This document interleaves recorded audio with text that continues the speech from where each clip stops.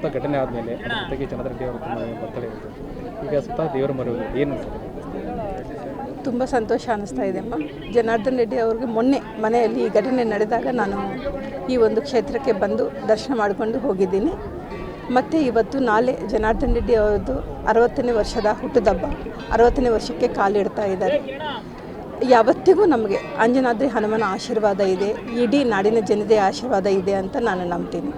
ಘಟನೆ ಆದಾಗ ಭಾಳಷ್ಟು ಘಟನೆ ಬಗ್ಗೆ ಈ ಘಟನೆ ನಡೆದಿದ್ದು ಒಂದು ದುರ್ಘಟನೆ ಅಂತಲೇ ನಾನು ಹೇಳ್ತೀನಿ. ಯಾಕಂದರೆ ಇದು ಎಲ್ಲ ಪೂರ್ವ ತಯಾರಿ ಮಾಡಿಕೊಂಡೇ ಅವರು ಬಂದಿದ್ದಾರೆ. ಇದು ಆಕಸ್ಮಿಕವಾಗಿ ನಡೆದಂಥ ಒಂದು ಘಟನೆ ಅಲ್ಲ. ಯಾಕಂದರೆ ರಾಸಿ ಕಲ್ಲುಗಳ ತೂರಾಟ ನಡೆದಿದೆ. ಒಂದು ಕಡೆ ಬಾಟಿಲ್ಗಳಲ್ಲಿ ಪೆಟ್ರೋಲ್ ತುಂಬಿಕೊಂಡು ಮನೆ ಮೇಲೆ ಎಸೆದಿದ್ದಾರೆ.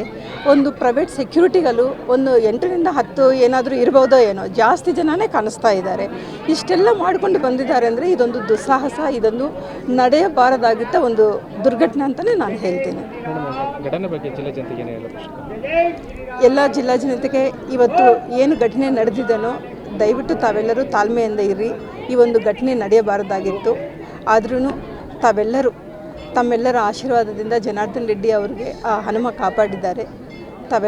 ತಮ್ಮೆಲ್ಲ ಆಶೀರ್ವಾದ ನಾಳೆ ಜನಾರ್ದನ್ ರೆಡ್ಡಿ ಅವರ ಹುಟ್ಟುಹಬ್ಬ ಇದೆ, ಹಾಗೆ ಇರಲಿ ಅಂತ ನಾನು ಬಯಸ್ತೇನೆ. ಘಟನೆ ಆದ ಸಂದರ್ಭದಲ್ಲಿ ಭಾಳ ಆಘಾತ ಆಗಿತ್ತು. ಆ ಸಂದರ್ಭದಲ್ಲಿ ನಿಮ್ಮ ಮನೇಲಿ ಇದ್ದರೆ ಅವಾಗ ಏನು ಅನಿಸ್ತು? ಆವಾಗ ತುಂಬ ನೋವು ಅನಿಸ್ತಿದೆ ಅಮ್ಮ. ಯಾಕಂದರೆ ನಾನು ಜನಾರ್ದನ್ ರೆಡ್ಡಿ ಅವರು ಗಂಗಾವತಿಯಿಂದ ಆವಾಗಲೇ ಮನೆಗೆ ಬಂದಿರ್ತೀವಿ. ಜನಾರ್ದನ್ ರೆಡ್ಡಿ ಅವರು ಹೊರಗಡೆ ಹೋಗ್ತಾರೆ, ನಾನು ಮಗ ಇಬ್ಬರೇ ಇರ್ತೀವಿ ಮನೆಯಲ್ಲಿ. ಆ ಒಂದು ಘಟನೆ ನಡೆದಾಗ ರಾಸಿ ಕಲ್ಲುಗಳ ತೂರಾಟ ನಡೆದಾಗ ಅಂದರೆ ಒಂದು ಹಾಲಿ ಶಾಸಕರ ಮನೆಗೆ ಇನ್ನೊಂದು ಹಾಲಿ ಶಾಸಕ ರ್ಯಾಲಿ ಮಾಡ್ಕೊತ ಕಲ್ಲುಗಳನ್ನು ಗುಂಡಗಳನ್ನು ಹಾಕ್ಕೊಂಡು ಪ್ರೈವೇಟ್ ಸೆಕ್ಯೂರಿಟಿಗಳನ್ನು ಹಾಕ್ಕೊಂಡು ರ್ಯಾಲಿ ಮೂಲಕ ಬಂದಿರ್ತಾರಂದರೆ ಅದು ಒಂದು ನಡೆಯಬಾರದಾಗಿತ್ತು ಒಂದು ದುರ್ಘಟನೆ. ಈ ದುರ್ಘಟನೆಯಲ್ಲಿ ಒಬ್ಬ ಅಮಾಯಕ ಸಾವನ್ನಪ್ಪಿದ್ದಾನೆ. ಇದು ನಡೆಯಬಾರದು. ಇದಕ್ಕೆ ನಾನು ಹೇಳೋದು ಒಂದೇ ಒಂದು, ಆ ಶಾಸಕ ನೇರವಾಗಿ ಹೊಣೆಯಾಗಿರುತ್ತಾನೆ. ಇದಕ್ಕೆ ಸ್ವತಃ ಘಟನೆ ಆದಮೇಲೆ ಅದ್ರ ಜೊತೆಗೆ ಜನಾರ್ದನ್ ರೆಡ್ಡಿ ಅವರು ಬರ್ತಡೇ ಇತ್ತು.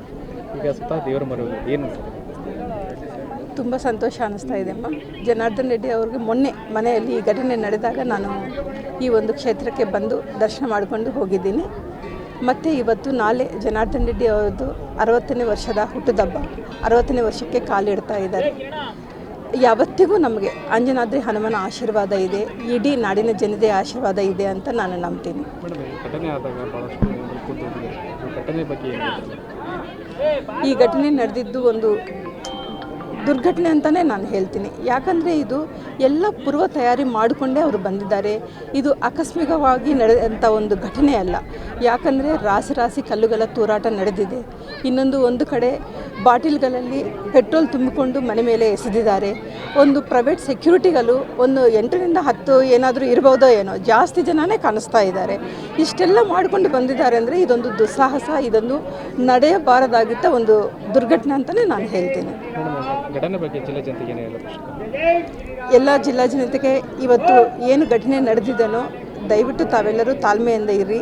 ಈ ಒಂದು ಘಟನೆ ನಡೆಯಬಾರದಾಗಿತ್ತು. ಆದ್ರೂ ತಾವೆಲ್ಲರೂ ತಮ್ಮೆಲ್ಲರ ಆಶೀರ್ವಾದದಿಂದ ಜನಾರ್ದನ್ ರೆಡ್ಡಿ ಅವರಿಗೆ ಆ ಹನುಮ ಕಾಪಾಡಿದ್ದಾರೆ. ತಮ್ಮೆಲ್ಲ ಆಶೀರ್ವಾದ ನಾಳೆ ಜನಾರ್ದನ್ ರೆಡ್ಡಿ ಅವರ ಹುಟ್ಟುಹಬ್ಬ ಇದೆ, ಹಾಗೆ ಇರಲಿ ಅಂತ ನಾನು ಬಯಸ್ತೇನೆ. ಘಟನೆ ಆದ ಸಂದರ್ಭದಲ್ಲಿ ಭಾಳ ಆಘಾತ ಆಗಿತ್ತು. ಆ ಸಂದರ್ಭದಲ್ಲಿ ನಿಮ್ಮ ಮನೇಲಿ ಇದ್ದರೆ ಅವಾಗ ಏನು ಅನಿಸ್ತು? ಆವಾಗ ತುಂಬ ನೋವು ಅನಿಸ್ತಿದೆ ಅಮ್ಮ. ಯಾಕಂದರೆ ನಾನು ಜನಾರ್ದನ್ ರೆಡ್ಡಿ ಅವರು ಗಂಗಾವತಿಯಿಂದ ಆವಾಗಲೇ ಮನೆಗೆ ಬಂದಿರ್ತೀವಿ. ಜನಾರ್ದನ್ ರೆಡ್ಡಿ ಅವರು ಹೊರಗಡೆ ಹೋಗ್ತಾರೆ, ನಾನು ಮಗ ಇಬ್ಬರೇ ಇರ್ತೀವಿ ಮನೆಯಲ್ಲಿ. ಆ ಒಂದು ಘಟನೆ ನಡೆದಾಗ ರಾಸಿ ಕಲ್ಲುಗಳ ತೂರಾಟ ನಡೆದಾಗ ಅಂದರೆ ಒಂದು ಹಾಲಿ ಶಾಸಕರ ಮನೆಗೆ ಇನ್ನೊಂದು ಹಾಲಿ ಶಾಸಕ ರ್ಯಾಲಿ ಮಾಡ್ಕೊತ ಕಲ್ಲುಗಳನ್ನು ಗುಂಡಗಳನ್ನು ಹಾಕ್ಕೊಂಡು ಪ್ರೈವೇಟ್ ಸೆಕ್ಯೂರಿಟಿಗಳನ್ನು ಹಾಕ್ಕೊಂಡು ರ್ಯಾಲಿ ಮೂಲಕ ಬಂದಿರ್ತಾರಂದರೆ ಅದು ಒಂದು ನಡೆಯಬಾರದಾಗಿತ್ತು ಒಂದು ದುರ್ಘಟನೆ. ಈ ದುರ್ಘಟನೆಯಲ್ಲಿ ಒಬ್ಬ ಅಮಾಯಕ ಸಾವನ್ನಪ್ಪಿದ್ದಾನೆ. ಇದು ನಡೆಯಬಾರದು. ಇದಕ್ಕೆ ನಾನು ಹೇಳೋದು ಒಂದೇ ಒಂದು, ಆ ಶಾಸಕ ನೇರವಾಗಿ ಹೊಣೆಯಾಗಿರುತ್ತಾನೆ. ಇದಕ್ಕೆ ನ್ಯಾಯ ಬೇಕೇ ಬೇಕು.